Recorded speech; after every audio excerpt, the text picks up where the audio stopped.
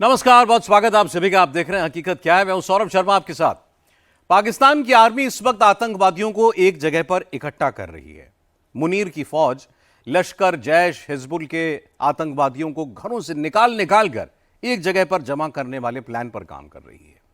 आतंकवादियों के घर घर जाकर दावत देने का प्लान है और मुनीर ने यह पूरा प्लान 14 अगस्त के लिए बनाया है।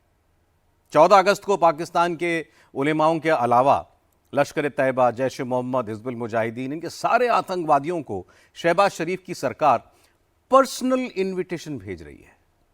इस इनविटेशन के तहत सबको इकट्ठा किया जाएगा और 14 अगस्त को इस्लामाबाद की फैजल मस्जिद में सबके साथ जोहर की नमाज पढ़ी जाएगी। इस बीच आज ही पाकिस्तान के कब्जे वाले कश्मीर से लश्कर और हिजबुल के टेरर कैंप्स की तस्वीरें भी आ गईं। कैंप में आतंकवादी दिखा। ऑपरेशन सिंदूर के दौरान भारत ने पाकिस्तान में आतंकवादियों के 21 कैंप्स में से 9 को उड़ा दिया था। उन 21 टेरर कैंप्स की लिस्ट में 5वें नंबर का कैंप था अब्दुल्ला बिन मसूद टेरर कैंप, जहां से लश्कर और हिजबुल के आतंकवादी ऑपरेट करते हैं। अब इस टेरर कैंप में एक बार फिर से आतंकवादी दिखने लगे। कैमरे पर पिट्ठू बैग टांग कर घूमते हुए दिखाई दे रहे हैं। तो क्या 14 अगस्त से पहले हिंदुस्तान एक और बड़ा ऑपरेशन लॉन्च कर सकता है? क्या ऑपरेशन सिंदूर पार्ट 2 पीओके में मौजूद इसी टेरर कैंप नंबर 5 से शुरू हो सकता है? आइए समझते हैं। आज आप पहली बार पाकिस्तान का वो टेरर कैंप देखेंगे जो कैमरे पर पहले कभी नहीं दिखा। आज आप पहली बार पाकिस्तान के टेरर कैंप में उस आतंकवादी को घूमते हुए देखेंगे जो कैमरे पर पहले कभी नहीं दिखा। पाकिस्तान की टेरर फैक्ट्री में आतंकवादी पिट्ठू बैग लेकर घूमते हैं और क्या क्या करते हैं, तस्वीरें देखकर आज आप भी चौंक जाएंगे। अब्दुल्ला बिन मसूद, ये नाम याद रखिएगा क्योंकि आज इस नाम पर एक चौंका देने वाला खुलासा हुआ। हिंदुस्तान ने ऑपरेशन सिंदूर पर पाकिस्तान की जो टेरर फाइल रिलीज की, उस फाइल में भी 5वां नंबर टेरर कैंप यही अब्दुल्ला बिन मसूद है। और अब पाकिस्तान के कब्जे वाले कश्मीर के मुजफ्फराबाद में नौशेरी से कुछ ऐसी हैरान करने वाली तस्वीरें आई हैं जो पहली बार दुनिया देखने जा रही है। ये तस्वीरें उसी अब्दुल्ला बिन मसूद टेरर कैंप की हैं जिसका जिक्र हिंदुस्तान ने ऑपरेशन सिंदूर पर जारी की अपनी फाइल में किया था। पहले एक एक करके आपको फ्रेम बाय फ्रेम दिखाते हैं कि 19 सेकंड के वीडियो में क्या क्या दिख रहा है। पीछे बड़ी बड़ी पहाड़ियां, पेड़ और जंगल और उसके ठीक नीचे terror camp number 1, terror camp number 2। इसी लोकेशन पर बाईं तरफ ऊंचे ऊंचे पेड़ों के ठीक नीचे terror camp number 3, terror camp number 4 और सामने कुर्सी जैसी चीज। अब ये फ्रेम देखिए, ये टेरर कैंप नंबर 5 है। दरवाजे बंद हैं। इमारत के ठीक ऊपर लाउड स्पीकर जैसी कोई चीज दिख रही है। बाहर की ओर गद्दे नुमा कोई चीज पड़ी है। थोड़ा और आगे बढ़ने पर terror camp number 6, terror camp number 7, terror camp number 8, terror camp number 9 और टेरर कैंप नंबर 10 दिखाई दे रहा है। 9वें और 10वें कैंप को गौर से देखिए, इनका शेप किसी वॉच टावर जैसा ही है, यानी यहां आतंकवादियों की सुरक्षा का भी इंतजाम है। अब ये फ्रेम देखिए, सामने की ओर बड़े बड़े पेड़ और पेड़ के ठीक नीचे छुपा कर बनाया गया टेरर कैंप नंबर 11। कैमरे को थोड़ा और मूव करने के बाद टेरर कैंप नंबर 12 और 13 साफ साफ देखा जा सकता है। इन्हें भी ठीक पहाड़ों के नीचे पेड़ों की ओट में छुपाकर बनाया गया है। बिल्कुल ऐसा ही पैटर्न इस फ्रेम में भी दिख रहा है। टेरर कैंप नंबर 14 और 15 को भी पेड़ों के बीच छिपाकर ही बनाया गया है और गौर से देखने पर पता चलता है कि यहां एक पाइप भी बिछाई गई है, जैसा कि आप इस फ्रेम में देख सकते हैं। इसी फ्रेम में आप एक सफेद रंग की पानी की टंकी भी देख सकते हैं जिसके ठीक पीछे कटीली तारें रखी हुई हैं। और अब इसी फ्रेम में एंट्री होती है एक आतंकवादी की जो पीछे बने कैंप से होते हुए बाकी कैंप से गुजरते हुए आगे बढ़ रहा है और इस आतंकवादी ने अपने पीछे एक पिट्ठू बैग टांग रखा है। कौन है ये आतंकवादी, इसका नाम क्या है, ये किस आतंकी संगठन से जुड़ा है, ये किस आतंकवादी का करीबी है।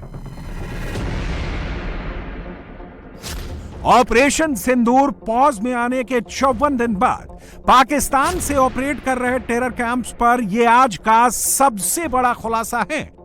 और ये जो तस्वीरें आप देख रहे हैं, ये उसी अब्दुल्ला बिन मसूद टेरर कैंप की हैं जहां से लश्कर तैयबा और हिजबुल मुजाहिदीन के आतंकवादी ऑपरेट करते हैं, भारत पर हमले की साजिश रचते हैं।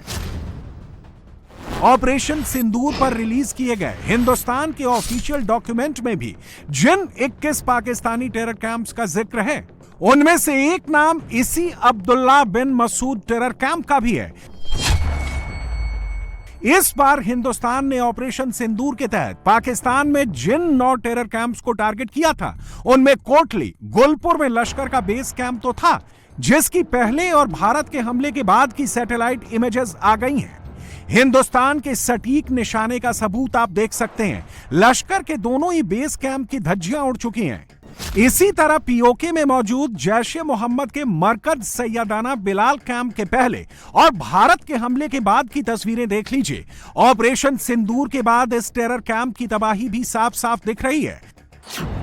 लेकिन अब की बार हिंदुस्तान ने पाकिस्तान के जिन 9 टेरर कैंप्स को तबाह किया था, जिन लॉन्च पैड्स और कैंप्स पर लश्कर और जैश के आतंकियों को एरियल स्ट्राइक में मार गिराया था, उन 9 टेरर कैंप्स में अब्दुल्ला बिन मसूद टेरर कैंप का नाम नहीं था। और अब हिंदुस्तान का अगला टारगेट लश्कर और हिजबुल का यही टेरर कैंप बनेगा। और ऐसा क्यों होगा, अब यह समझिए।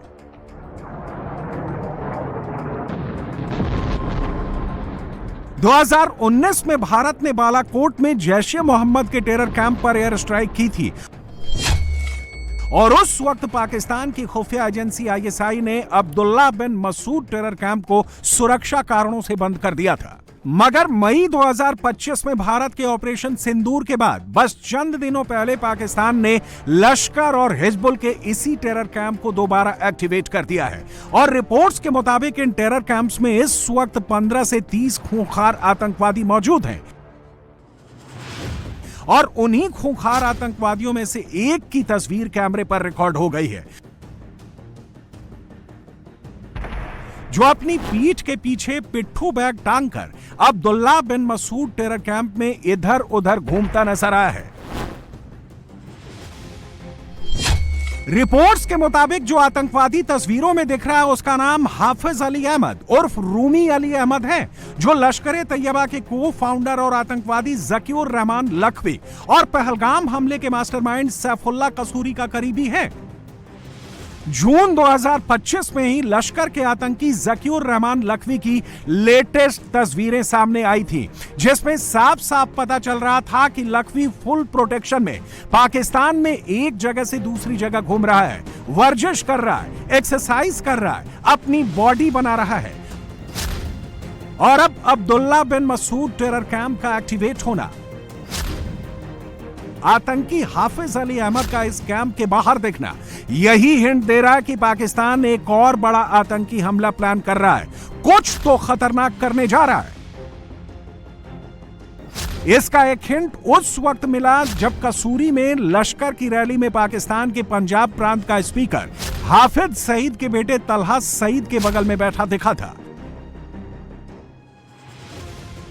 और इसका दूसरा हिंट अब मिला है, पाकिस्तान में शहबाज की सरकार अब वहां मौजूद सारे आतंकवादियों के घर घर जाएगी, आतंकवादियों को 14 अगस्त वाली दावत देगी। और इसका खुलासा खुद कैमरे पर पाकिस्तान के गृह मंत्री मोहसिन नकवी ने किया है। साफ है, पाकिस्तान के इरादे ठीक नहीं लग रहे। पाकिस्तान का गृह मंत्री आतंकियों को दावत देने की बात कह रहा है और इस्लामाबाद में लश्कर तैयबा की पॉलिटिकल विंग पाकिस्तानी मरकजी मुस्लिम लीग के आतंकवादी बंद कमरों में हर रोज बैठ के कर रहे हैं। और इसके लिए वो जो नैरेटिव दे रहे हैं, वो नैरेटिव है कि लश्कर अब अपनी कोर टीम की बैठकें कर रहा है। और ऐसी बैठकें सिर्फ इस्लामाबाद में नहीं हो रही हैं, पाकिस्तान में खुल्लम खुल्ला लश्कर तैयबा के आतंकवादी कैमरे पर नजर आ रहे हैं। ये सारे वीडियोस कुछ घंटे पहले ही लश्कर तैयबा की पॉलिटिकल विंग पाकिस्तान मरकजी मुस्लिम लीग ने जारी किए हैं। आतंकियों के हाथ में माइक पकड़ाकर, किसी के कपड़ों पर माइक चिपकाकर, कहीं पाकिस्तानी मीडिया को बुलाकर, भीड़ जुटाकर ओपनली भारत को धमकाया जा रहा है। पाकिस्तान आने वाले दिनों में क्या करने जा रहा है, इसका एक आइडिया आपको इन आतंकियों की बातें सुनकर लग जाएगा। आतंकवादियों के सारे लेटेस्ट वीडियो आ चुके हैं। पीओके में कैमरे पर पाकिस्तान का टेरर कैंप नंबर 5 अब्दुल्ला बिन मसूद कैप्चर हो चुका है। वहां आतंकवादियों की चहल पहल भी साफ साफ दिख रही है। इसका सीधा सा मतलब यह है कि ऑपरेशन सिंदूर के अगले अध्याय में हमला इसी टेरर कैंप पर होगा। ऑपरेशन सिंदूर पार्ट 1 में 6 और 7 मई की दरमियानी रात हिंदुस्तान ने अब्दुल्ला बिन मसूद टेरर कैंप पर अटैक नहीं किया था, मगर अब इस कैंप पर अटैक करने की वजह हिंदुस्तान को मिल गई है। प्लान किसी भी वक्त एक्टिवेट हो सकता है। पाकिस्तान में लश्कर और हिजबुल के टेरर कैंप नंबर 5 पर भारत की अगली स्ट्राइक की खबर सुनते ही पाकिस्तान में पैनिक मचना शुरू हो गया है। सबको अभी से नूर खान एयरबेस की याद आने लगी है। मुनीर से लेकर हाफिज सईद तक हर कोई यही सोच रहा है कि भारत की पिछली स्ट्राइक में तो पाकिस्तान को 45 सेकंड का टाइम भी नहीं मिला था सोचने के लिए। अगर अब एक बार फिर भारत ने स्ट्राइक की तो आतंकिस्तान का क्या हश्र होगा। ये सोच सोचकर ही इस्लामाबाद से लाहौर तक सबके पसीने छूट रहे हैं। इस बीच कुछ नई तस्वीरें जैश ए मोहम्मद के हेडक्वार्टर बहावलपुर से भी आई हैं। ये तस्वीरें उस वक्त की हैं जब हिंदुस्तान के हमले में मसूद अजहर का अड्डा तहस नहस हो गया था, मगर अब जैश के बहावलपुर वाले कैंप की डेंटिंग पेंटिंग शुरू हो गई है। तस्वीरें आ गई हैं। हिंदुस्तान की स्ट्राइक के बाद बहावलपुर में जैश के अड्डे मरकज सुभान अल्लाह की गुंबद उड़ा दी गई थी। यहां कई आतंकियों की जान ले ली गई थी, मगर मुनीर ने अब इसकी मरम्मत करानी शुरू कर दी है और मरम्मत की वो तस्वीर इस वक्त आपकी स्क्रीन पर है। कुछ दिनों पहले रिपोर्ट्स आई थी कि बहावलपुर में आईएसआई ने जैश, लश्कर और हिजबुल के आतंकियों से मीटिंग की है। ऑपरेशन सिंदूर में तबाह हुए आतंकी कैंप्स को नए सिरे से बनाने का वादा किया है। ऊपर से मुनीर ने अब खुद स्वीकार कर लिया है कि पाकिस्तान खुलकर आतंकवादियों का समर्थन करता है और अब ये बात पाकिस्तान में भी आम हो गई है। रही बात मोदी की, तो पाकिस्तान में मोदी नाम का खौफ इस वक्त भी सबके चेहरे पर दिख रहा है। पाकिस्तान मोदी से कितना डरता है, कितना घबराता है, अब इसके सबूत भी कैमरे पर मिल गए हैं। खुद पाकिस्तानी कह रहे हैं मोदी, शाह और डोवल पाकिस्तान को छोड़ने वाले नहीं हैं। ऊपर से अब्दुल्ला बिन मसूद टेरर कैंप की नई तस्वीर सामने आने के बाद भारत किसी भी वक्त ऑपरेशन सिंदूर का अगला अध्याय शुरू कर सकता है। इस बार पीओके में टेरर कैंप नंबर 5 को टारगेट कर सकता है। अखिलेश यादव बनाम धीरेन्द्र शास्त्री का राउंड 2 शुरू हो चुका है। अखिलेश यादव जहां भी जा रहे हैं, धीरेन्द्र शास्त्री की फीस बता रहे हैं। इस फीस के जरिए दरअसल वो 2027 के लिए ब्राह्मण बनाम पिछड़े की धुरी तैयार कर रहे हैं। हर दिन अखिलेश बयान देते हैं और तुरंत पिछड़े वोट का कैलकुलेटर ऑन करके बैठ जाते हैं। अखिलेश जैसी कैलकुलेशन कल मध्य प्रदेश के गढ़ा गांव में भी होने वाली है। कल बागेश्वर धाम के पीठाधीश्वर धीरेन्द्र शास्त्री का जन्मदिन है। जन्मदिन पर क्या होगा उसका एक ट्रेलर आज दिख गया। बागेश्वर धाम जो भक्तों की भीड़ पहुंच रही है, उसमें यादव भी हैं, घोसी भी हैं, साहू भी हैं। मतलब हिंदुओं की हर वो जाति है जिसे अखिलेश यादव पीडीए के फॉर्मूले में फिट करना चाहते हैं। इसलिए कल 4 लाख की भीड़ में असल गिनती अखिलेश के पिछड़ा और दलित की होने वाली है, क्योंकि धीरेन्द्र शास्त्री सनातन के नाम पर यूपी के 80% हिंदुओं को ऐड कर रहे हैं और अखिलेश इन्हीं हिंदुओं में पिछड़ा और दलित घटा रहे हैं। कहीं ऐसा तो नहीं है कि हिंदू वोट की हवा में अखिलेश यादव का यादव वोट भी बाबा के साथ चला जाए। कहीं ऐसा तो नहीं है कि अखिलेश को बाबा की फीस बताना महंगा पड़ जाएगा। धीरेन्द्र शास्त्री की यादव कथा के अगले अध्याय में क्या है, आइए देखते हैं इस रिपोर्ट में। क्या बाबा बागेश्वर के दरबार में सिर्फ ब्राह्मण आते हैं? क्या धीरेन्द्र शास्त्री के दरबार में दलित नहीं आते? क्या यादव समाज के लोग बाबा बागेश्वर के भक्त नहीं हैं? बाबा बागेश्वर के दरबार में जाति का सच क्या है? क्या बागेश्वर के दरबार में ब्राह्मण ही भीड़ बढ़ाते हैं? लाखों की भीड़ में किस किस सरनेम के लोग मौजूद हैं, इसका पूरा सच आपको दिखाएंगे। कोई किसी की हैसियत है कि धीरेन्द्र शास्त्री को बुला ले अपने घर कथा के लिए? उससे पहले जाति पर यूपी में गरमाई सियासत देख लीजिए। बाबा बागेश्वर पर अखिलेश के प्रहार का दूसरा सैंपल सुन लीजिए। तो आजकल के बड़े बड़े कथावाचक लोग हैं, वो तो उनका बजट भी बहुत बड़ा होता है, कोई स्वीकार नहीं कर सकता है। न जाने कितना बजट होता है उनका, इसलिए वो गरीब परिवार एक गरीब कथावाचक को बुला रहे थे। लेकिन उनके साथ व्यवहार क्या हुआ है, और ये ऐसा व्यवहार हुआ है जो हम लोग कभी भूल नहीं सकते। जो कभी कोई एक मनु महाराज आए थे जिन्होंने गड़बड़ किया था, उसी रास्ते पे चलना चाहते हैं। लेकिन पीडीए के लोग, सामाजिक न्याय की स्थापना करने वाले लोग, कभी इनका स्वीकार नहीं कर सकते हैं, वो रास्ता कभी स्वीकार नहीं करेंगे। इनके लोग ऐसे बैठे हुए हैं जो समय समय पर हमें और आपको अपमानित करते हैं। अखिलेश के टारगेट पर बाबा बागेश्वर हैं, उनका फोकस 2027 पर है, इसलिए वो हर मंच से कथा की फीस बता रहे हैं और मंच से उतरते ही फ्री कथा वाला फॉर्मूला सुना रहे हैं। भाई हम तो 10 की 10 उंगली कह रहे हैं कि कथा हमारे यहाँ भी कर दो फ्री में,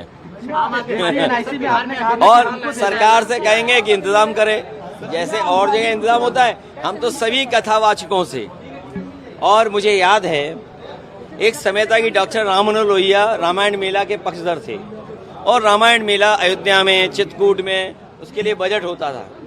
आने वाले समय में फ्री कथा कैसे हो सके, और इनको फ्री कथा करनी चाहिए। हमारा पार्टी कार्यालय बन गया है, हम तो तैयार हैं। तो सवाल ये नहीं है, हर जगह राजनीतिक लाभ लेना चाहते हैं, सवाल कथा का नहीं है। हमारे पत्रकार साथी, यूपी चुनाव से पहले अखिलेश यादव फुल वॉल्यूम में पीडीए का टेप ऑन करके बैठे हैं, लेकिन अखिलेश जिस पीडीए की बात कर रहे हैं उसी पीडीए का महाजुटान मध्य प्रदेश के गढ़ा गांव में हो रहा है। आप मयंक राजपूत। मयंक राजपूत। हाँ। ओम राजपूत। अच्छा, आप? शैलेंद्र घोषी। घोषी जी। अच्छा, और आप? ध्रुव यादव। यादव जी हैं आप? कृष्णा यादव।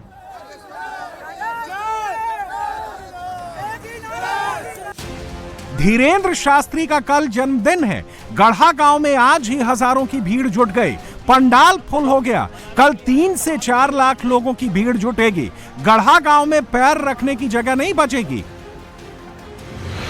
बागेश्वर धाम के पीठाधीश्वर पंडित धीरेन्द्र शास्त्री का जन्मदिन है 29वां, और इसलिए देश विदेश से तमाम लोग जो है गांव गढ़ा, जो उनका पैतृक गांव है, वहां आना शुरू हो गए हैं। छतरपुर जिले में इस वक्त बारिश का माहौल है, और तस्वीरें मैं आपको दिखाऊं तो पानी इस तरीके से भरा हुआ है। लेकिन तमाम जो भक्त श्रद्धालु हैं, आपको अगर मैं दिखाऊं किस तरीके से ऊपर बैठे हुए हैं टीले पर, चारों तरफ अगर आपको मैं दिखाऊंगा तो भीड़ का माहौल है, लेकिन भक्तों की यहाँ पर कोई कमी नहीं दिख रही है। सब बाबा बागेश्वर का जन्मदिन मनाने यहाँ आए। कहाँ से आए आप लोग? दिल्ली से आए हैं। दिल्ली से। क्या है बाबा में जो देख बहुत कुछ है, चाहते हैं और क्या। अब इतनी पब्लिक है, कुछ तो होगा। इतनी पब्लिक है, कुछ तो होगा बाबा में। देख सकते हैं आप, इस तरीके से लोग टीलों पर चढ़े हुए हैं। बाबा की भक्ति है और जन्मदिन मनाने के लिए आए। हम तमाम लोगों से पूछ भी लेंगे, कहाँ से आए हो आप लोग? हम लोग सर बांदा से आए हैं, बांदा यूपी जी। बस बालाजी के दर्शन करने, गुरु जी के दरबार से मिलने। अच्छा, आप कहाँ से आए हो? हम गोंडा से आए हैं। गोंडा से आए? जन्मदिन है बाबा का? यूपी गोंडा। बालाजी सरकार की। तो बाबा का जन्मदिन मनाने हाँ, तो क्या है ऐसा बाबा में जिसके लिए आ गए? शक्ति है, शक्ति है, क्या शक्ति है? पानी बहुत शक्ति है, बहुत शक्ति है बाबा जी का। अच्छा, हाँ। नेताजी तो कह रहे हैं कि बाबा कथा कराने के 50-50 लाख रुपए लेता है। ये गलत है, ऐसा कुछ नहीं है। अच्छा, हाँ, राजनीति हो रही है वो सब। हाँ, वो सब राजनीति हो रही। दरबार में जो भीड़ जुटेगी उसमें यादव भी होंगे, घोषी भी होंगे, कुर्मी भी होंगे, पासी और निषाद भी होंगे। हर उस जाति के लोग होंगे जिनका नाम अखिलेश बार बार लेते हैं, हिंदू वोट बांटने के नाम पर लेते हैं। आपका क्या नाम है? प्रदीप साहू। साहू जी, आपका क्या नाम है? मंजू देवी। मंजू देवी। आपका नाम बताइए। कुमकुम। पूरा नाम बताइए। हम बनिया जात के हैं, अच्छा, लेकिन हम धर्म को मानते हैं, कर्तव्य को मानते हैं, सनातन पद्धति को मानते हैं। हम जात को नहीं मानते। आपका क्या नाम है? सुनीता। जी जी सुनीता। कहाँ से आए आप? हम बिहार से आए हैं, छपरा बिहार से आए हैं। सर, आपका नाम? संदीप तिवारी। तिवारी जी, कहाँ से आए आप? सिवनी सिवनी से आए। जिला सिवनी से आए। आपका नाम? यादव, गणेश यादव। यादव जी आप? जी। बाबा के दरबार में भीड़ जाति के नाम पर नहीं जुटती। बागेश्वर धाम में आने वाली भीड़ अपना सरनेम नहीं बताती, क्योंकि इन भक्तों की नजर जाति नहीं सनातन पर है, हिंदू पर है। इसलिए भक्तों ने धीरेन्द्र शास्त्री को सनातन का सेनापति तक मान लिया है। गुरुजी सनातन धर्म के सेनापति हैं। अच्छा, सेनापति हैं। सेनापति हैं। अब हम उनकी सेना हैं। अच्छा, आप लोग सेना हो? जी, हम गुरुजी के पीछे सदा चलते रहेंगे। गुरुजी के आदेश पर, मार्गदर्शन पर हम पूरा जीवन पर्यंत हमारा गुरुजी के चरणों में लगा रहेगा। तिवारी जी, उनपे तो आरोप लगते हैं, तमाम लोग आलोचक जी, एक तो पैसा लेके कथा करते हैं, जातिवाद भी है, ऐसा है? जातिवाद है उनमें? वो धर्म के अधर्मी लोग हैं जो ऐसा प्रचार। जातियों में फर्क करते हैं कि कोई कुर्मी है? कोई भेद नहीं। गुरुजी के पास ऐसा कोई जाति भेद नहीं है। और गरीबों के लिए, हर समाज के लिए गुरुजी समर्पित है। गुरुजी भगवान रूप हैं, तो वो जात समाज से क्या करेंगे। अखिलेश यादव 2027 के लिए फील्डिंग सेट कर रहे हैं, पीडीए का फॉर्मूला फिट कर रहे हैं। धीरेन्द्र शास्त्री का नाम लेकर हिंदू को जाति के नाम पर बांटने की कोशिश कर रहे हैं, लेकिन धीरेन्द्र शास्त्री उस लेवल को पहले ही क्रॉस कर चुके हैं। वो जाति के नाम पर बंटने से पहले ही हिंदू के नाम पर जोड़ चुके हैं। वो कितना जोड़ चुके हैं उसका छोटा सा सैंपल देख लीजिए। लोग वो करते हैं, जलते अब सबको हिंदू राष्ट्र के लिए इतना कर रहे हैं, और जो उनके साथ हैं तो दूसरे विरोधी पार्टी वाले उनका कटाव कर रहे हैं। जैसे हमरो हैं तो हम यादव हैं, ये ठाकुर हैं तो हमारे भाई हैं, बिल्कुल। अच्छा, हाँ, भाई हैं। आपका कहने होता है बाबा के चलते सब एक हो रहे हैं, ऐसा? हाँ, सब लोग एक हो रहे हैं। अखिलेश यादव हिंदू के नाम पर एकजुट वोट का इम्पैक्ट समझते हैं, इसलिए यूपी से पहले बिहार में पीडीए सैंपल का टेस्ट कराना चाहते हैं। हिंदू के नाम पर पड़ने वाले वोट की हवा देखना चाहते हैं। हम लोगों ने भी फैसला लिया है कि आदरणीय लालू प्रसाद यादव जी की पार्टी का पूरा समर्थन हम लोग करने जा रहे हैं। पूरा समर्थन करेंगे हम लोग, क्योंकि अगर हम आजमगढ़ में खड़े हैं तो जितना दूर लखनऊ है उतना ही दूर पटना है। बताओ, दूरी कम कर दी समाजवादियों ने कि नहीं की कम? धीरेन्द्र शास्त्री की फैन फॉलोइंग पैन इंडिया है। बाबा के लाखों करोड़ों भक्त यूपी, बिहार, महाराष्ट्र, एमपी, राजस्थान, हर स्टेट में मौजूद हैं। भक्तों के बीच उनकी पॉपुलैरिटी का लेवल क्या है उसका अंदाजा भी लगाना मुश्किल है। धीरेन्द्र शास्त्री का बर्थडे सेलिब्रेट करने कई 100 किलोमीटर पैदल चलकर भक्त गढ़ा गांव पहुंच रहे हैं, और इन भक्तों में किसी की जुबान पर जाति नहीं है, सिर्फ सनातन और हिंदू राष्ट्र है। तुम्हारे पाँव भी घायल हो गया है? वो थोड़ा सूजन आ गई उसमें। तो फिर जरूरत क्या है जाने की बाबा बागेश्वर के जन्मदिन पे? श्रद्धा है उनके प्रति, लगाव है, श्रद्धा है। अभी तो 80 किलोमीटर बचा, मतलब 150 लोग भी होगा तो जाएंगे। जाओगे? जाएंगे। जन्मदिन पर जाना है उनके। दूसरी साल है, दूसरी साल। और हमारे गांव से तमाम जो भीड़ देख रहा हूँ, जो अभी कई जगह दिख रही है, तो ये सब हाँ बागेश्वर के लिए, बाबा की। अभी हमारे गांव से अभी और आने 25 तारीख को। अच्छा, अच्छा, लेकिन तुम लोगों के मन में था कि जब वो मनाना है? 1 महीने पहले से था हमारे के मन में। हम लोग ने प्लानिंग कर ली थी कि जाना है, मतलब जाना है वहाँ पे। हाँ, अब हर पूरा घर भक्त है हम लोग, गाँव पूरा गाँव क्षेत्र पूरे। तो सर ठाकुर ब्राह्मण ही है? जो भी समाज है, सब समाज है, लोधी, सब लोग बिल्कुल, राजपूत, यादव, सब सैन मैन, सब।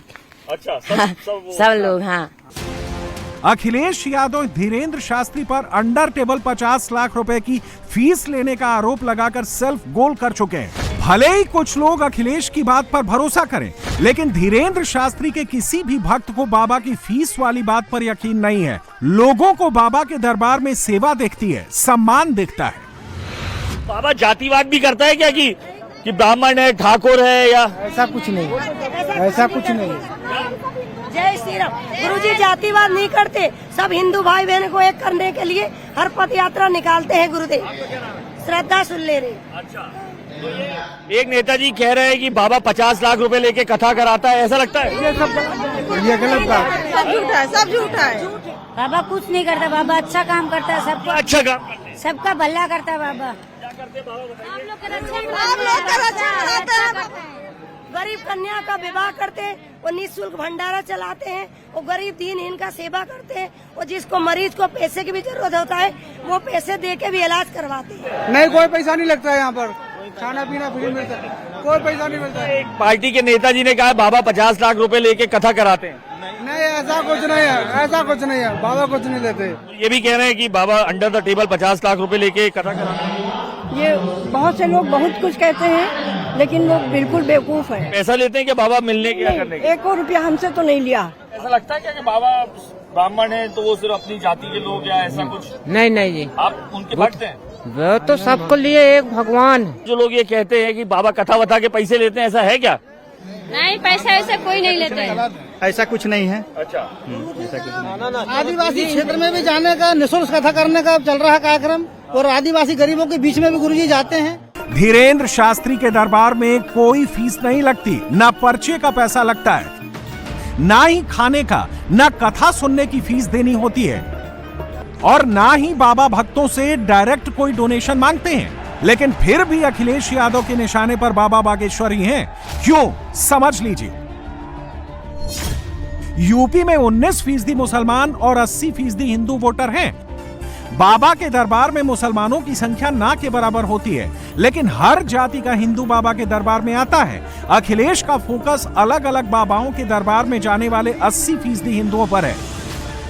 उन्हें लगता है कि हिंदुत्व और सनातन के नाम पर एक होने वाले लोग अगर जाति के नाम पर टूटे तो उनकी बात बन सकती है, और एकमात्र यही फॉर्मूला उन्हें जीत दिला सकता है। बाकायदा अखिलेश ने यूपी के लिए 80+ वोट की कैलकुलेशन तैयार की है। यूपी में ब्राह्मण वोटर 10% हैं, जिनका 60 सीटों पर असर होता है, लेकिन अखिलेश के खाते में यह वोट ना के ही बराबर पड़ता है। यादव वोटर 8 से 10% के बीच हैं, ये भी 60 सीटों पर डायरेक्ट इंपैक्ट डालते हैं। ये वोट सीधे अखिलेश के नाम पर ही गिर जाता है। ये जो स्थान बना है, घर है, पार्टी कार्यालय है, इसका नाम क्या हो? बहुत सारे सुझाव आए हैं, लेकिन मैं सोचता हूं, मुझे जो समझ में आ रहा है, शायद हमें इस जगह का नाम और इस कार्यालय का नाम पीडीए भवन कर करके रखना चाहिए। ये पीडीए भवन के नाम से जाना जाएगा, क्योंकि पीडीए एकता ही हमें सत्ता दिलाएगी। जो लोग एआई के तमाम प्लेटफॉर्मों को समझते जानते हैं, अगर वो टाइप करके केवल ये देख लें कि समाजवादी पार्टी पीडीए के आंदोलन में अगर केवल 10-10 हजार वोट बढ़ा लेगी एक विधानसभा में, तो बताओ कितनी सीटें जीतेगी समाजवादी पार्टी।